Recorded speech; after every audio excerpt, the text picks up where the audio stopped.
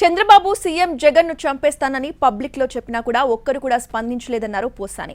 చంద్రబాబు వ్యాఖ్యలకి ఆయన కౌంటర్ ఇచ్చారు. బీజేపీతో పొత్తు పెట్టుకోవడంతో మోడీ అమిత్ షాలు చంద్రబాబును ఏం చేయలేరన్నారు. సుప్రీంకోర్టు చీఫ్ జస్టిస్ కు లేఖ రాయనున్నట్లుగా తెలిపారు పోసాని.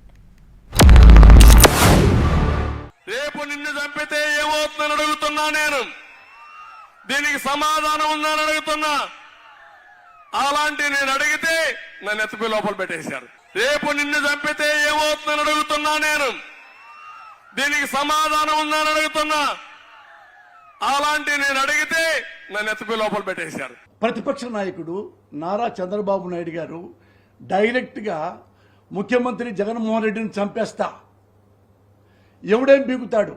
మోడీ వినలేదా? అమిత్ షా వినలేదా?